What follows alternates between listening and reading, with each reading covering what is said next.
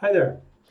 This is a short video to cover the AS topic, cells and viruses.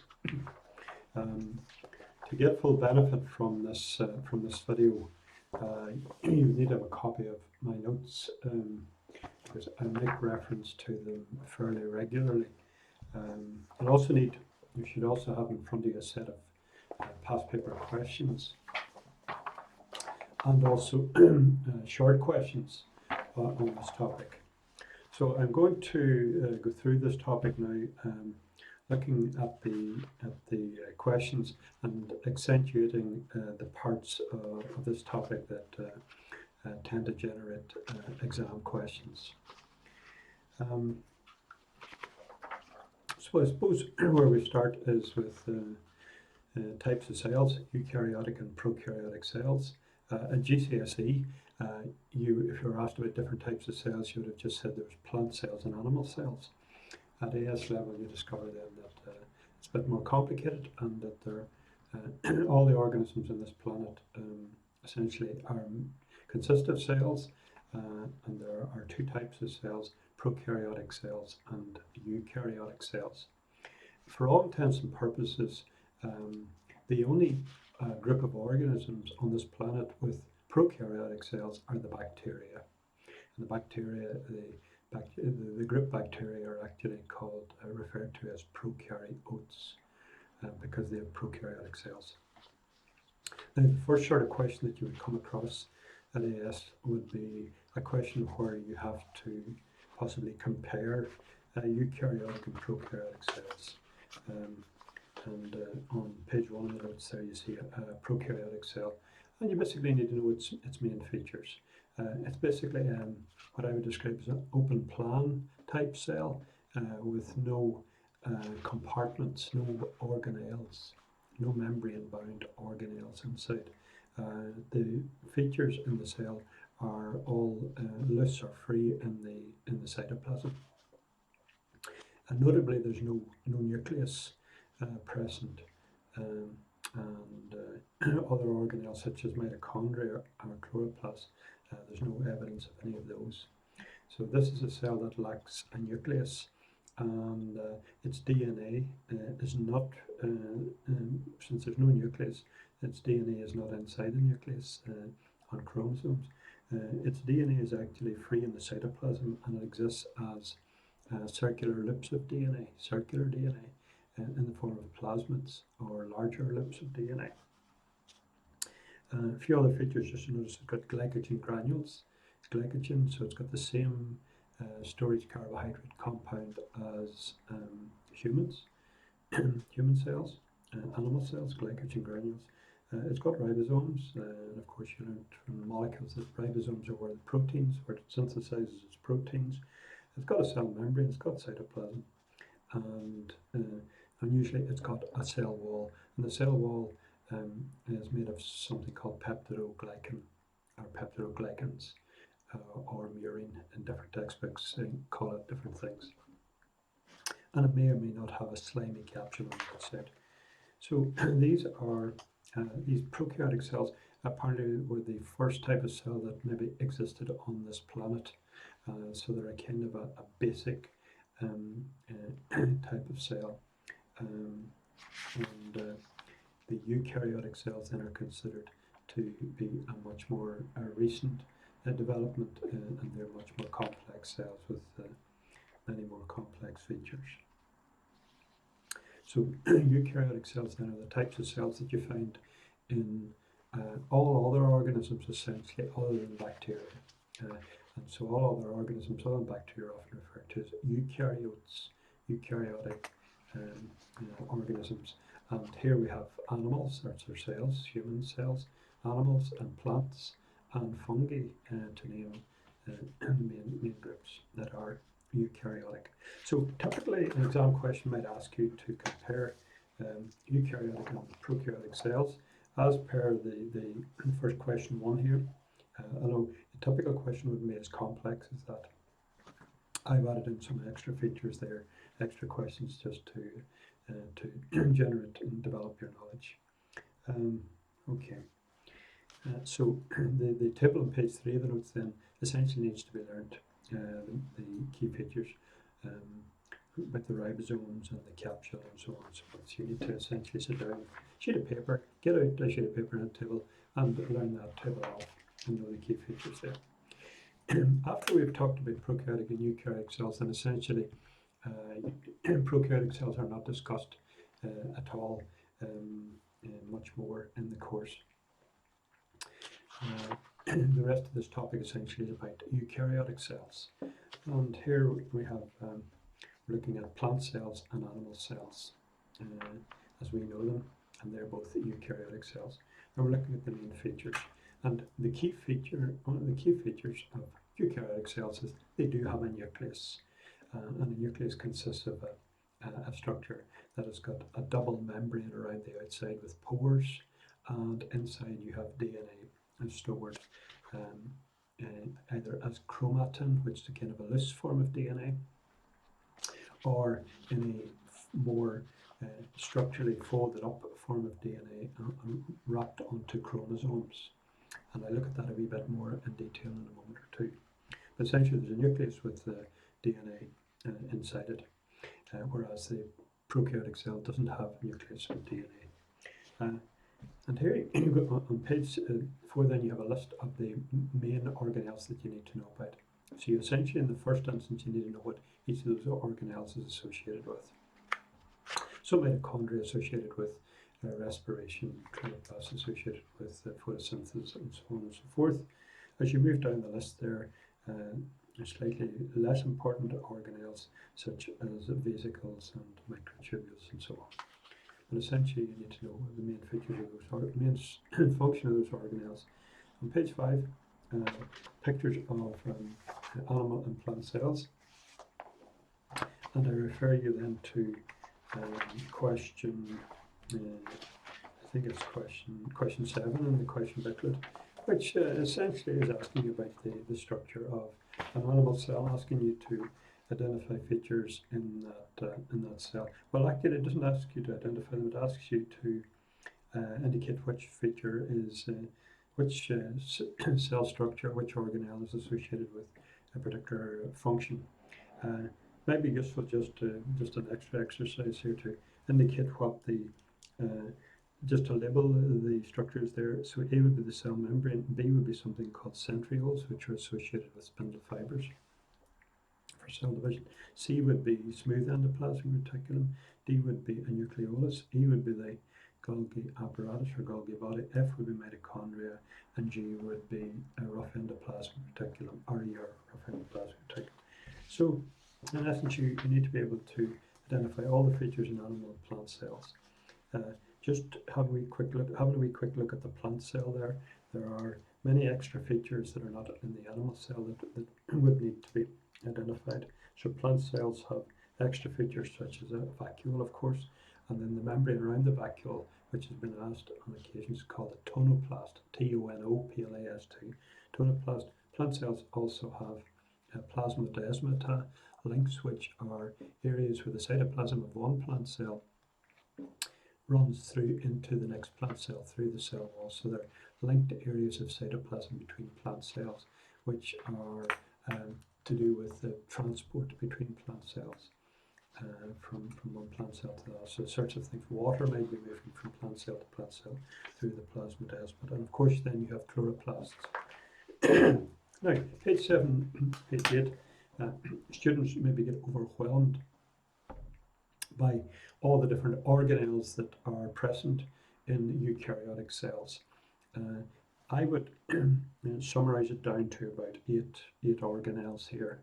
And on the left hand side of page 7 there, you can see probably the 4 very important organelles here: the nucleus, rough endoplasmic reticulum, you have the Golgi apparatus, and then vesicles, which are lesser importance, but they are still important.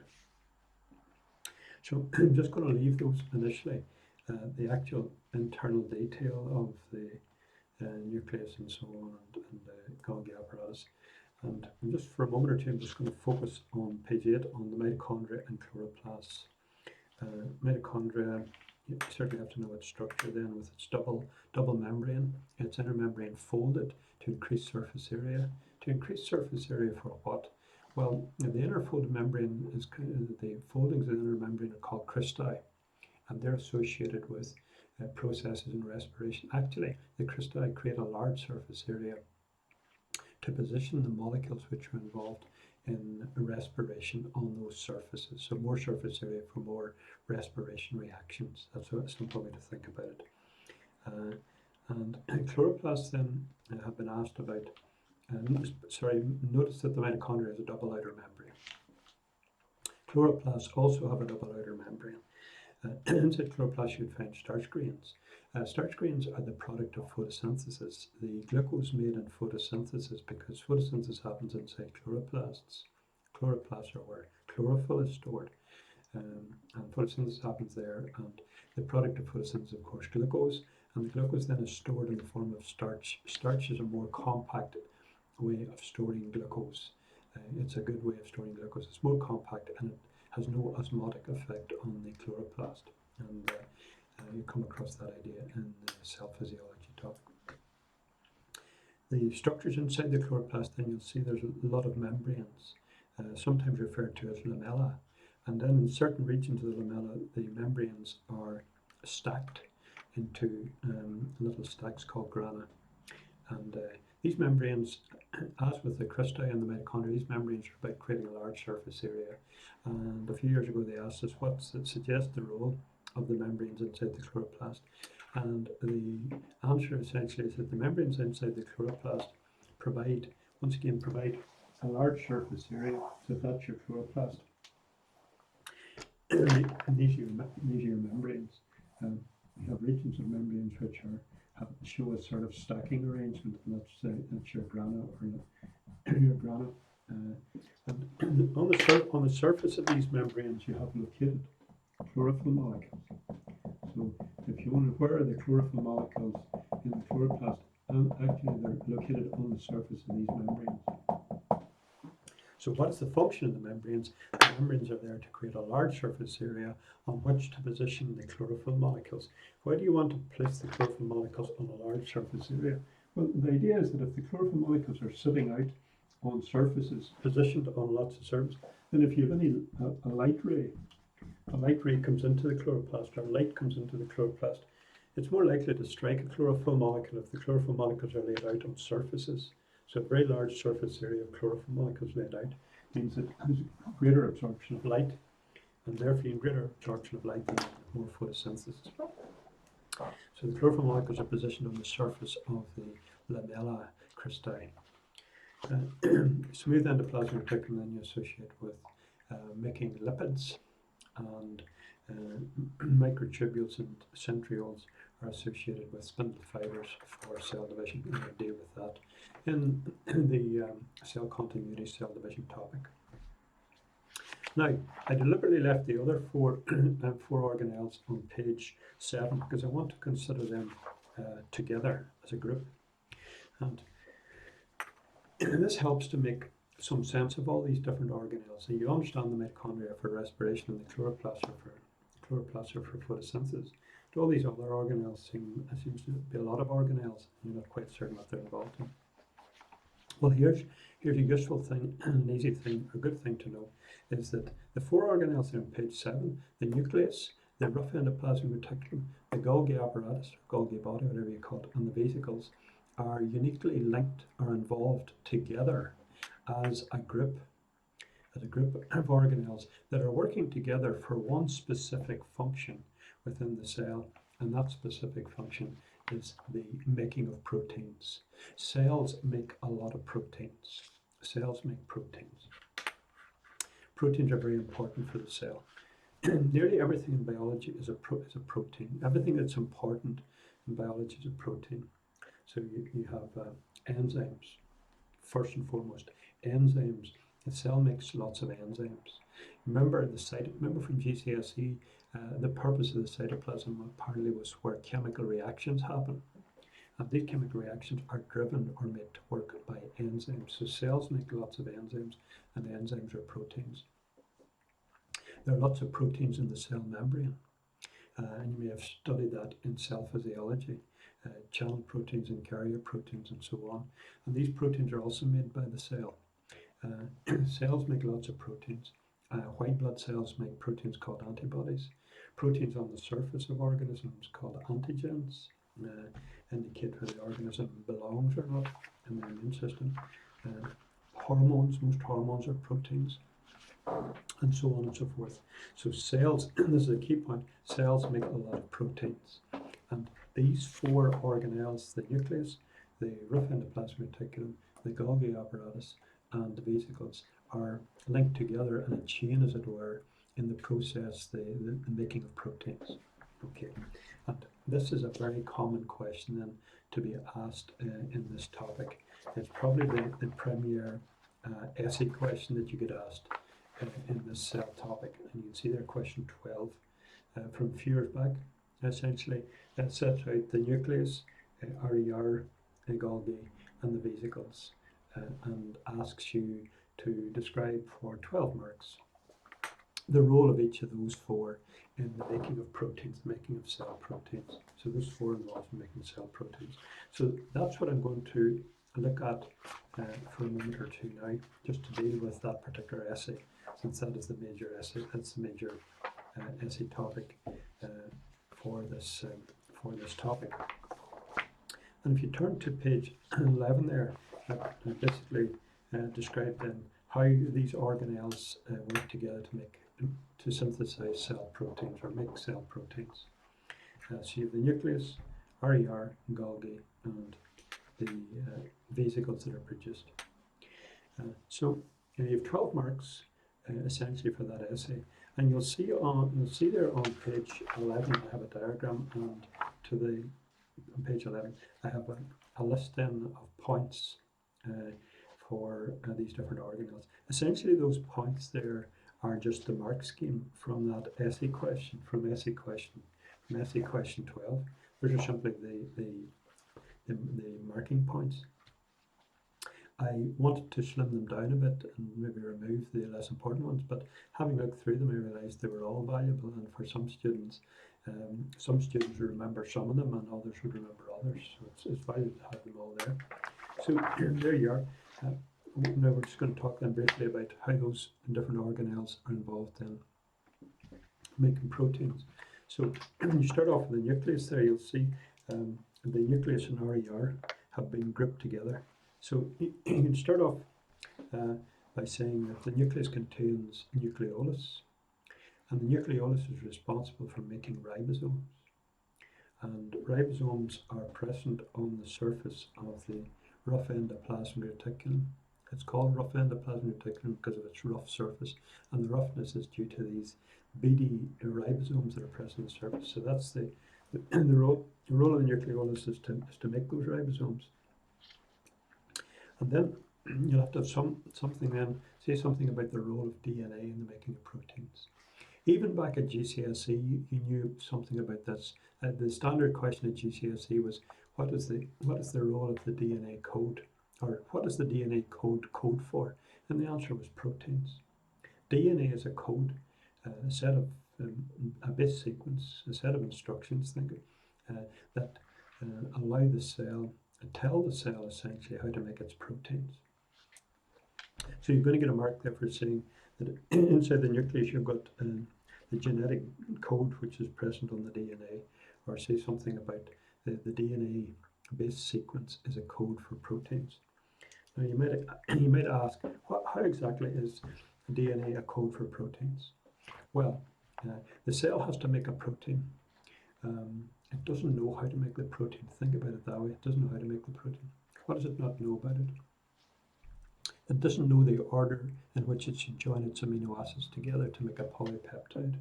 Remember, to make a protein, you start off by making a polypeptide. You join amino acids together in a precise sequence. You have 20 amino acids to choose from. You have to join them together in a precise sequence to get the polypeptide correct. And only if you get the polypeptide with the correct sequence do you get the correct protein.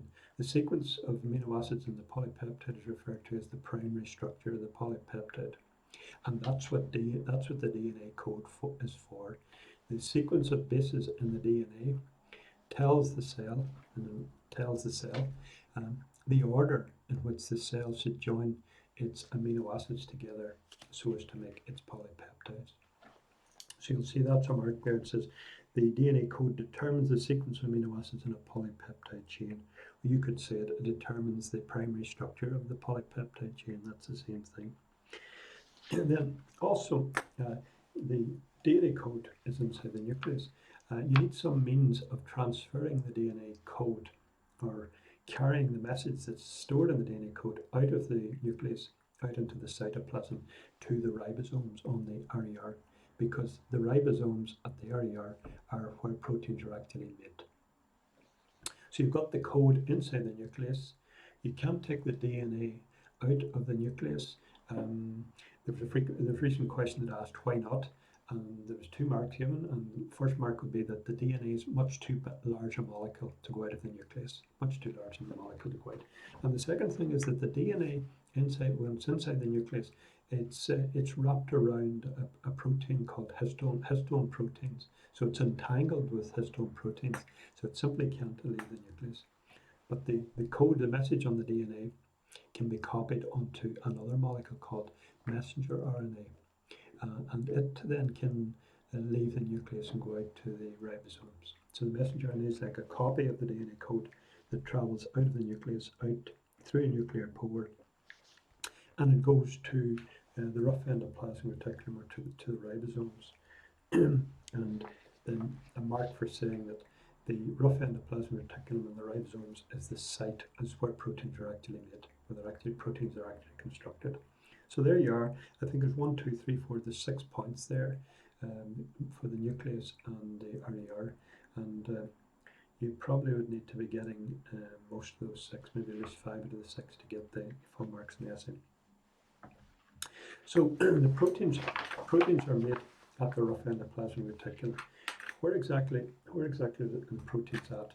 Well, my way of thinking is this, is that the proteins are made on the surface of the RER at the ribosomes, and then the protein ends up inside the cavities of the rough endoplasmic reticulum, inside those spaces there where I have it in red. And those cavities are called cisternae, and the protein's made in there. And then the protein, the little vesicles nip off or pinch off the rough endoplasmic reticulum, they pinch off there, and they're carrying the protein. Now, the important thing to know at this stage is the protein may not exist as a protein, it may exist just as polypeptides at this stage. It may exist as single polypeptides. In other words, it's not the finished article, as it were, it's not the finished protein. And you can see those little vesicles then carry the polypeptides or the unfinished protein, carry it down towards the Golgi apparatus. And those vesicles then fuse together to create the cisternae of the rough end of the Golgi apparatus. Creates the cavities of the Golgi apparatus. So the protein, and this end of the Golgi apparatus is often referred to as the CIS end of the Golgi apparatus. And then as the protein makes its way through the Golgi apparatus towards the other end, towards the trans end of the Golgi apparatus, where we would say that the protein gets modified or changed or finished off, or, well, the best word is possibly to say that the protein gets modified or gets some sort of completing effect on the protein. So you can see there on the Golgi apparatus, you can see vesicles from the rough ER containing the newly made the protein bud off the rough endoplasmic reticulum and carry it to the forming phase. By the way, forming phase or CIS phase of the Golgi apparatus. Within the Golgi, the primary protein is then modified. So that's a key word, modified. If you only had one mark on what the role of the Golgi apparatus, you'd say it modifies the protein. So it's modified into its final form. In that case, it's in the mark scheme there, it says it can be modified into a final enzyme. So bear in mind, the protein that's been made could be an enzyme, and at this stage the enzyme isn't functional. It needs to be modified in some sense so as to make it functional. And what sort of modifications are involved? Well, The way I think about it is, if we consider that at this stage the protein isn't a completed protein, it may just exist as polypeptides. So you could say something like, inside the Golgi apparatus, several polypeptides are brought together to make the quaternary protein, to make the quaternary structure. So for example, if you're making hemoglobin here, you need to bring 4 polypeptides together and put them together to create the complete protein. So you're bringing several polypeptides together to create the protein with quaternary structure. Now, if you remember also, what else did you need sometimes to get a complete protein? Well, you often had to add something called a prosthetic grip. And that's part of this modification process. That's part of the work of the Golgi apparatus. You may be adding a prosthetic grip. And if you remember, in the case of hemoglobin, the prosthetic grip was heme. Enzymes often also have prosthetic grips. To be functional, they need a prosthetic grip attached to them. And until the prosthetic grip's attached, they don't work. So you add a prosthetic grip to a protein, then you have what's called a conjugated protein. So the role of the Golgi may be to make the protein conjugated with its prosthetic grip. Other sorts of prosthetic grips that might be added to a protein might be a glycogrip or a lipid grip. And to give you glycoproteins or lipoproteins, both of which are conjugated proteins. So that's the role of the Golgi apparatus. Prosthetic grip embedded. And you see there's 1, 2, 3, 4, 5, 6 marks there as well. So they're all marks to do with the Golgi apparatus. So the protein, as it's making its way through the Golgi apparatus, I'm thinking that it's sort of been modified and things added to it and modification takes. So that by the time it gets to the forming phase of the trans phase of the Golgi apparatus, the protein has been properly manufactured. It's manufactured, been completed. Now, at this stage, we would say that the protein buds off or nips off the Golgi as so-called Golgi vesicles. So-called Golgi vesicles. Now, here's where students sometimes have difficulty because they don't know exactly what happens to those Golgi vesicles. Well, the word Golgi vesicle simply means a description of a vesicle that's nipping off or pinching off the Golgi apparatus. Now, what are these? These vesicles then contain the completed protein. Let's say the completed protein is an enzyme. What is the cell? What's going to happen to this enzyme? Well, essentially, there's two things that a cell can do with an enzyme. This is your way of this should be your way of thinking of it. The cell can use the enzyme inside the cell for in-house, as it were, processes where the enzyme's involved in some reaction or process inside the cell. Or in many cases, the enzyme made by a cell may be for export. It may be for export. When the enzyme is for use inside the cell, the vesicle in which it is stored is called a lysosome. Lysosome, a lysosome. Lysosome. We'll come back to that in a second or two. Or if the enzyme's for export, you would describe the enzyme as being inside a secretory vesicle. A secretory vesicle. Secretory vesicle. So I'm just going to say a wee bit about a secretory vesicle. So if we imagine that's the cell membrane, and you have the Golgi apparatus here, and you've got vesicles nipping off. That vesicle may be what's called a secretory vesicle. It may contain an enzyme that's meant to be released from the cell, exported out of the cell. So that's the vesicle with its enzyme. And what does a secretory vesicle do? Well, it simply makes its way down to the cell membrane. So it makes its way down to the cell membrane. And eventually it merges with the cell membrane in a process called exocytosis, which you may or may not have done so far in your course. Exocytosis, and basically the enzyme gets released to the outside. So from the Golgi apparatus, some of the enzymes that are produced, if it's an enzyme may be for export out of the cell. So the vesicle simply makes its way down to the cell membrane, fuses with the cell membrane in a process called exocytosis, and the enzyme gets released. And the enzyme gets released to the outside. Now, where would you have such process happening? Well, consider cells lining your digestive system, inside of your stomach, inside of your small intestine. Those cells have to make the enzymes that digest your food. Those cells that line the walls of your digestive system will be making enzymes that they release out of the cell, yes, out into the cavity of your digestive system, where those enzymes are involved in breaking down your food. So those would be referred to as secretory vesicles. Now, reads from the Golgi may also have other vesicles that contain enzymes. And these particular vesicles will be referred to as lysosomes, Lysosome. Lysosome. Now, the way I look at it, a lysosome is a vesicle that's for use in-house, inside, say in-house, I mean inside the cell. And what's that vesicle for? Well, you've come across this idea before. You've come across the idea that the cell can take in food particles from outside. And you came across this in GCSE when you talked about white blood cells called phagocytes. Phagocytes are white blood cells that would engulf a bacteria. So this food particle may be a bacteria. It's engulfed, it ends up inside the cell. So this is the food particle or the bacteria that's been engulfed by the cell. What then happens is that this lysosome, which is basically a little, vesicles are just packages of materials. And this lysosome is a package of enzymes. And what it does is it makes its way down and it merges with the vesicle that contains the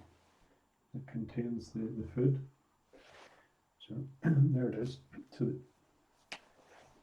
there's the enzymes now in there. So effectively, the two vesicles merge. The enzyme that was in the lysosome ends up in around the food particle. So effectively, it digests the food particle.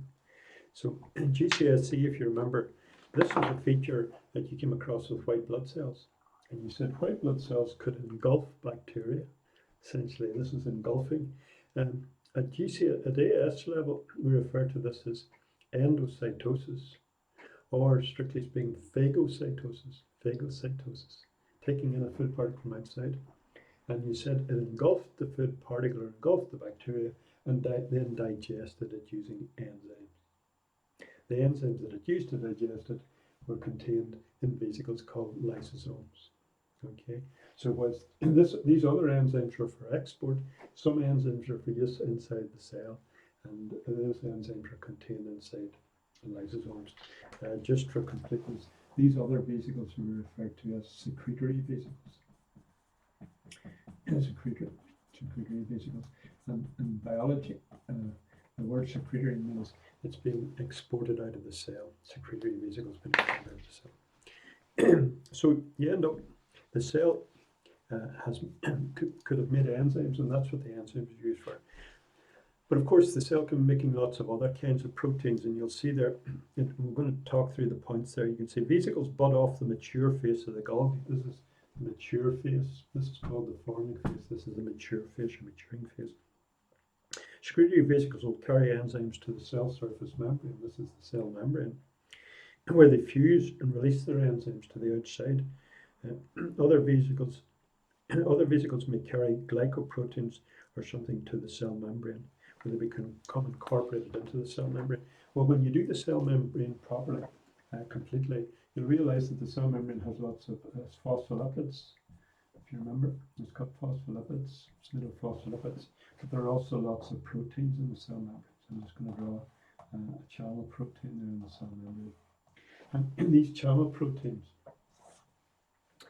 they may be made by the RER, and they're contained inside vesicles as well. Basically, the cell makes lots of proteins, some of which are enzymes, but lots of them are other things, proteins for the cell membrane. I'm just looking at other examples. They say these proteins can be incorporated into the cell membrane, and they can be receptors, they can be enzymes in the cell membrane. Lysosomes also bud off the Golgi. They fuse with worn out organelles.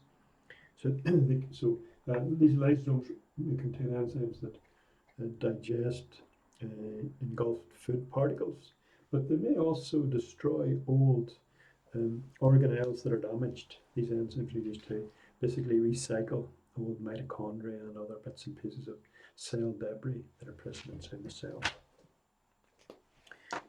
So, it says the enzymes then digest the old organelles or the phagocytosed material. Phagocytosed material is whatever's taken in by phagocytosis. Okay, so bottom of that page then, I just tried to emphasize that cells make lots of different proteins. Enzymes for lysosomes and secretion out of the cell, channel proteins, carrier proteins, and glycoproteins for the structure of the cell membrane. Glycoproteins, for example, mucus, you'll come across mucus, and hormones for secretion, cells that make hormones. So, for example, pancreas cells make large amounts of a protein called insulin, which they secrete to the outside, and insulin is a hormone. Antibodies made by lymphocytes, white blood cells, are also proteins. So nearly everything of any consequence is a protein in the human body is a protein. Good. Now, I just wanted to dip back here a bit for a second or two and deal with something, and deal with maybe page 9 and page 10. The work on page 9 is essentially a sort of aiming towards A2 next year, when you will be asked, you may have need some understanding of the cell that maybe wasn't developed this year. So the sorts of things that I have there on page 9 are just, for example, cells releasing lots of energy will have lots of mitochondria. Kind of makes sense that. So cells that need to produce a lot of energy and respiration for processes such as movement and active transport. Active transport's a big one at A2. Cells, when you see cells with loads of mitochondria, extra mitochondria, then at A2, that usually means that cell is doing lots of active transport. In fact, that's really the only reason you see cells with lots of mitochondria at A2, and you'll come across them in several topics. Lots of mitochondria means the cell's doing lots of active transport. Why is that? Active transport requires energy. Energy released in respiration. Respiration happens inside mitochondria. Cells producing lots of proteins will have lots of RER and Golgi apparatus and lots of vesicles. Cells with extra mitochondria, for example, red hair cells, are involved in active transport. Cells with larger mitochondria, with more folded cristae, can carry out respiration faster. So that's an A2 thing that's sometimes asked. If you see very big mitochondria and you see lots of foldings in the inner membrane, lots of cristae, then that means there's a lot of respiration going on in that cell. Plant cells with more and larger chloroplasts can do more photosynthesis because they have more room for more chlorophyll molecules, essentially. Starch granules in plant cells and glycogen granules are energy stores. So inside plant and animal cells, you see stores of energy in the form of starch, grains, and glycogen granules. And large numbers of vesicles indicate that a cell may be absorbing a lot of material by endocytosis, a lot of vesicles taking in a lot of material from outside, or secreting a lot of substances, for example, enzymes and so on. Just referring you quickly, there's a questionnaire that I keep in this booklet, the question booklet. I think it's question 9. You just look at that photograph in question 9 there. The central feature is a big mitochondria, but in the rest of the cell you can see there's a lot of, for example, there are a lot of RER. How do you know it's RER, rough endoplasmic reticulum? You can see lots of ribosomes. That suggests that this cell has got an awful lot of RER. That suggests it's making a lot of proteins. And then also you see a lot of these beady fellows here. Those are all vesicles.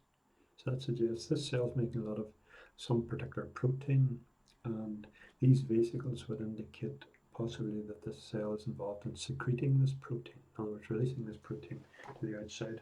I think we'll look back and we'll discover this is a part of a pancreas cell. Pancreas cell, and the pancreas cells from GCSE made a hormone called insulin. That hormone is a protein. So those are all packages of insulin. little vesicle containing insulin. Okay, now just then back to the notes again, back to page 10. And I decided on page 10 to spend some time just talking about what's inside the nucleus. Now, at GCSE, if you were asked what was inside the nucleus, you would say DNA. You might even say chromosomes. Chromosomes are inside the nucleus. And if you were asked what were chromosomes, you might say, well, chromosomes are made of DNA. Chromosomes are made of DNA. Or you might have said something like, chromosomes are devices or structures that on which you store DNA. So you might have represented the chromosomes a long, skinny sort of fella, and you might have said chromosome then wrapped around the chromosome somewhere or other you've got the DNA molecule wrap. So it's like a kind of a spool or a structure in which you have DNA. Now, when you come to AS and you look inside the nucleus, there's no sign of any chromosomes. So where are the chromosomes? Where isn't there chromosomes? Well, the reality is that chromosomes, the DNA is only stored in the form of a chromosome during mitosis and meiosis, during cell division. The rest of the time, it's as if the DNA has been removed from the chromosome. I'm just looking around here to see if we've got anything that would illustrate that. So if we consider that to be DNA, then what a chromosome essentially is essentially like a spool-like structure in which you store the DNA. So I sort of just regard a chromosome, a very simplistic idea that a chromosome is basically like a kind of a structure just to store the DNA, as if the DNA is sort of wrapped on the chromosome. In very simplistic sense, this is the DNA molecule. It's a double-stranded molecule, and the rest of the chromosome is made up of a protein called histone proteins. And you'll see there on page 10, I've tried to represent that. Down the bottom of the page, maybe is where we should look first of all at the picture of a chromosome. And you can see when the chromosome, the DNA's been wrapped onto the chromosome. It's much more sophisticated than the way I indicated when I just wrapped it around the chromosome. The DNA is wrapped around these histone proteins. But when you look at a nucleus, in most of the time you don't see any chromosomes. The DNA is in a kind of a loose form. It's as if the DNA has been taken off the chromosomes and it's just sort of inside the nucleus in a very sort of rolled up sort of fashion, just wrapped up like in like a ball of wool sort of pattern. So instead of the DNA being on these nice devices called chromosomes, sort of just kind of loose inside the nucleus. And in that form it's referred to as chromatin. So the DNA in this kind of loose form is referred to as chromatin. And the histone proteins are present there. And you can see, I've tried to represent that. I've said the DNA is loosely wrapped around the histones. And you have areas where it's not wrapped very tightly around the histones, and that's referred to as euchromatin. And then there's other areas where it's wrapped very tightly around the histones, and it's much more dense and dark, and it's referred to as heterochromatin. But essentially then, inside the nucleus, most of the time when you look into the nucleus, it looks like kind of bland and dark and grey, maybe grey and light colour. And that's essentially just the DNA in a sort of loose form called chromatin, wrapped around these proteins called histone proteins. And it's only later on in the cell's life, when the cell's about to divide, that its DNA becomes wrapped up in these structures called chromosomes. And you can see a picture of the chromosome. So that maybe clarifies that a wee bit. I deal with it again in the cell continuity topic with mitosis and meiosis, and just develop that idea. I want to briefly then to look at the cell membrane. Many students won't look at the cell membrane in this topic, maybe look at it briefly, but they'll deal with it in more detail in the cell physiology topic. Cell physiology topic essentially being about how substances cross across the cell membrane. So at this point I'm not going to discuss those methods of crossing the cell membrane. I'm simply going to look at the structure of the cell membrane. So the surprise at AS is how complicated the cell membrane is. At GCSE we were happy enough just to draw the cell membrane as a line. Now we discover that it's quite sophisticated, and it's got a lot of strange looking molecules, as shown there on page 12.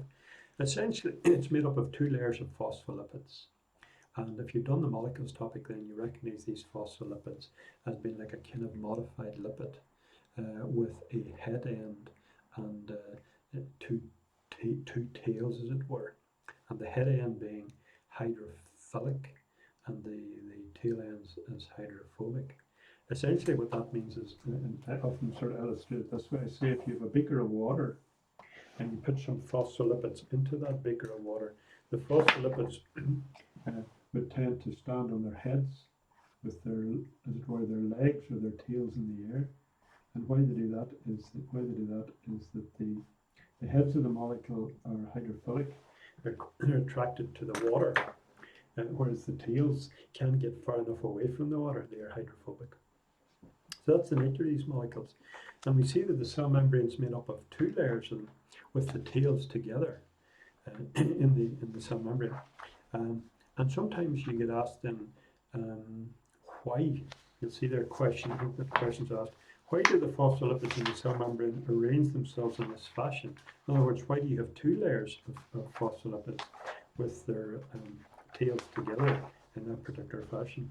I think question 4 is quite an old question. It shows you a picture of the cell and the phospholipids in the cell membrane. And says, describe the characteristics of the phospholipid molecules that cause this arrangement. So why is it suitable that you have two layers of phospholipids with their tails together and their heads towards the inside, head towards the outside? Well, it's quite simple if you understand. So basically the molecules like this, tails together in there. Just do a few like that. So that's your cell membrane. That's the arrangement. Well, if you understand, essentially this answer to this question is, first thing you have to say is these phospholipids have a water-loving end, a hydrophilic end, which is the head, and an end, a hydrophobic end, which is the tails, which is repelled from water. And then you have to understand that inside the cell you have the cytoplasm, and essentially it's water. It's water, essentially aqueous or water in nature. So inside here's water, and also outside the cell, between this cell and the next cell, generally there'll be a layer of something called tissue fluid, and that's essentially water as well. So essentially there's water out here, and there's water in here. So the best arrangement for the phospholipids is to have two layers with the head ends in and the head ends out, and they're both hydrophilic and they're quite happy to be in contact with water. Imagine if you just had a single layer of phospholipids. Well, the heads would be okay in contact with the water, but these tails would be in contact with the water on the outside, and that wouldn't work. So the two layers of phospholipids arranged like this maintains a sort of a stable pattern. Now, a couple of words then that are associated with the cell membrane. Well, this arrangement of the cell membrane, well, the other molecule in the cell membrane, of course, is proteins. So you have proteins, and your major understanding of proteins is that they're involved in transport. For example, a channel protein might have a channel down the middle that it might allow some molecule to travel through the cell membrane, travel through this channel. So you associate proteins with transport, among a number of other roles, but that's their major role. Now, this idea of the cell membrane is often regarded as a model. Scientists can't actually see the molecules, and they can't see it by using a microscope. They can't see the structure of the cell membrane, so they have to propose a sort of an idea or a hypothesis, or in this case they call it a model of the cell membrane that everybody's relatively happy with. And this model of the cell membrane is called the fluid mosaic model, FLUID, fluid, and mosaic, MOSAIC. And you'll often get asked, why is it called the fluid mosaic model? In fact, there's quite a lot of attention on the word fluid. The word fluid refers to the phospholipids. Fluid refers to the phospholipids. And the word fluid means to flow, or something that flows. And it refers to the fact that the phospholipids are in the cell membrane in their positions there. I'm just looking at the bottom of page 12. They're positioned side by side, phospholipids, but they're not stationary. They don't have to stay where they're at. They can swap places with each other. They can move sideways. They can change places and move around within the cell membrane. And that's what the word fluid refers to. It refers to the fact that phospholipids can move sideways or move laterally in the cell membrane fluid. The word mosaic then refers to the proteins. And the term mosaic means a sort of random pattern, a random arrangement. And the word mosaic refers to the proteins, the fact that they sort of seem to be randomly positioned in the cell membrane. They're sort of stuck in, as if somebody just stuck proteins in here and there. And that's where those two words come from. Fluid to do with the cell membrane, to do with the phospholipids, and the fact that they can move around or flow around within the membrane. Mosaic refers to the proteins in the cell membrane, the fact that they are arranged in a random, sporadic kind of fashion in the cell membrane. Most of the areas that I've dealt with there have been, most of these areas are dealt with in the notes here. You'll see the same sort of questions I'm asking there in the notes. Now, something that regularly comes up then is I'll ask you, what's the role of cholesterol in the cell membrane? Cholesterol is involved in the cell membrane. Well, it turns out that it's an important molecule and it's positioned, cholesterol molecules are positioned in the cell membrane between the tails of the phospholipid molecules. And the cholesterol molecules actually attach to the tails. They form a chemical attachment to the tails of the phospholipids. Now, in normal circumstances, the phospholipids, we've said, are fluid. They can move around, they can change places with each other, and they can change places in the membrane. Apparently, this reduces the stability of the membrane. If we can get the phospholipids to stay more stationary and not move around as much, not be so fluid, not move around so much, then apparently that improves the structure of the cell membrane, makes it more rigid and more structurally sound. And apparently that's what the phospholipids do. The phospholipids are stuck in among the tails here. What they do is each phospholipid molecule attaches to the tails of several phospholipid molecules. Each cholesterol, attaches to the tails of several phospholipid molecules and keeps the phospholipid molecules kind of stuck together so that they can't move around. It sort of keeps them in bunches.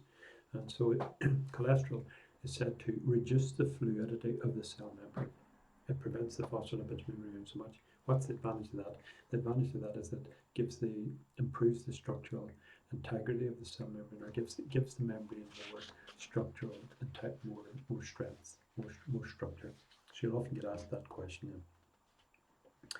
You also get in the cell membrane. They'll often also ask you about proteins in the cell membrane that have some sort of external feature to the proteins. The protein might look like that, and then attached to the protein you might have a chain of lipid molecules. That makes it a lipoprotein. It's a conjugated protein, a lipoprotein. Or the protein, this chain of molecules here may be glucose molecules or some other carbohydrate type molecule, in which case it's called a glycoprotein. So in the cell membrane you may have lipoproteins and glycoproteins. And the lipo or glyco bit's always on the outside.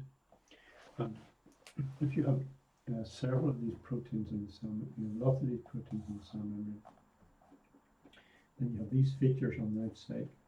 Collectively, these external features on the outside of the membrane are referred to as like a fringe. So it's like little hair sticking out of the surface of the cell membrane. These external features are referred to as the glycocalyx. And the glycocalyx is always on the outside of the cells, never on the inside. So there you are. Fluid mosaic model. Other roles of proteins in the cell membrane. Well, kind of summarizing here, and these are other roles come up in different parts of the course. So they're only dealt with here briefly. Membrane stability. The proteins. If the proteins weren't there, a part of the cell membrane then wouldn't have the same stability. The proteins sort of anchor the cell membrane, give it more structure. Obviously, proteins you learn are involved in transport substances in and out. Turns out that some of the proteins in the cell membrane can act as enzymes. So they're sitting in the cell membrane and they're acting as enzymes. They'll have an active site and carry out reactions at the cell membrane. So membranes, cell recognition. Well, you see these features here. These glycoelements or lipoelements that are sticking out of the proteins. These can act as antigens. In other words, they're like markers on the surface of the cell that mark out the cell as either belonging or not belonging. And this is to do with immunity. So these surface lipoproteins or glycoproteins can have an antigen role. They can also act as kind of docking stations where you have, when I say docking stations, let's say you have a hormone comes along. The hormone can, in these here, maybe the positions where hormones can attach to the outside of the cell.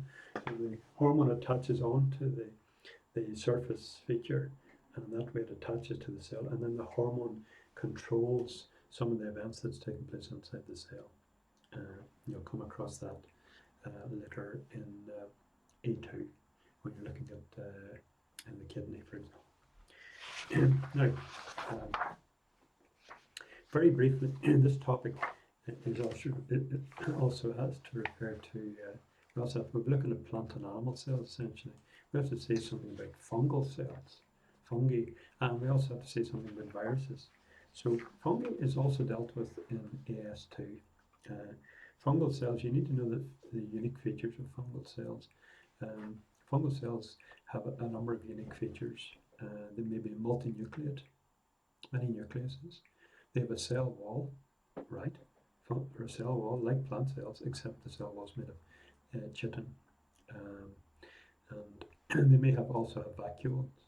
So like plant cells, they may have vacuoles. And so you need to know a range of features for fungal cells. And you might expect an essay possibly at some stage, maybe a possible essay maybe you'd ask you to compare plant and fungal cells, or plant cells and animal cells, or fungal cells and animal cells. And so they're looking for, often they'll say, given several similarities and differences. So you have to, there's an essay there somewhere from the booklet which asks you about that, asks you to compare, I think it asks you to compare. Essay question 13. The similarities and differences in the structure of a bacterial cell and an animal cell. So they can pick any two types of cells and ask you to compare them. Bacteria and fungi, bacteria and animals, plant and fungi, plant and animals, and so on and so forth. So you need to know the details of the internal features of fungal cells. Viruses then, you have to know about viruses. Viruses are not considered they're not considered to be cells, they're not considered to be alive. And you're asked to know about two kinds of viruses, HIV virus and bacteriophage virus. Viruses are structures, they're not considered actually to be cells, essentially because they can't reproduce on their own. They need a host cell to attack. And you've got bacteriophages, or viruses that attack bacterial cells and use the bacterial cell as a kind of factory to make more bacteriophages. And similar to the HIV virus, attacks human cells, human T cells, T lymphocyte cells, and uses them as a location for to manufacture more viruses. So there's an essay question that asks you recently to compare the two types of viruses, giving similarities and differences, and I think that's covered quite well at the bottom of page 18 there, where you have looking for similarities and differences between these two types of viruses. Page 19 then, really just a wee bit about comparing animal, plant and prokaryotic cells and looking at features. Looking at features, essentially driven towards this kind of question where you get asked to tick boxes and decide which cells have which features. So here we are, a bit of a rush through that. The remainder of this topic then is essentially practical. There's a wee bit there about microscopes. You only need a tiny wee bit about microscopes. It's only been asked once in my memory. Actually, it's an essay question. I think the essay question is in there. It asks you to look at the similarities and differences of the light microscope and the electron microscope. I could give you about 6 marks for similarities and differences. So it's not a big topic. Not too much expected of you, but essentially you need to know, at the very least, you need to know what's in that table at the bottom of page 19. Okay, I'm going to stop there now, and I hope that was of some use to you. And sorry for the rushing through it, but there's a lot of work there to cover. All the best then. Cheers. Bye.